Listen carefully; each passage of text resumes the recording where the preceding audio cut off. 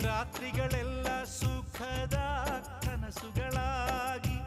ಮತ್ತೆ ಹಗಲುಗಳೆಲ್ಲ ದುಃಖದ ನೆನಪುಗಳಾಗಿ ಪಾಪದ ಎತ್ತಿನ ಬಂಡಿಯ ಚಕ್ಕಡಿಯಾಗಿ ಈ ಕಾಲವೆಂಬ ಕೈಯಲ್ಲಿ ತಕ್ಕಡಿಯಾಗಿ ಬಾಳೋದೇ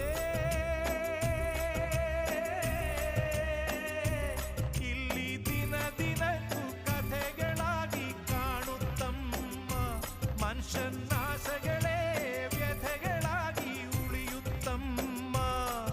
ವಿಧಿಯಾಟ ಹುಡುಗಾಟ ಹೆತ್ತವನೆದೆಯಲ್ಲಿ ಬೆಂಕಿಯ ಊಟ ಚಂದಿರನಿಲ್ಲದ ಆ ಬಾನಿನಲ್ಲಿ ಬೆಳದಿಂಗಳ ಹುಡುಕುವ ಒಬ್ಬ ಕುರುಡನು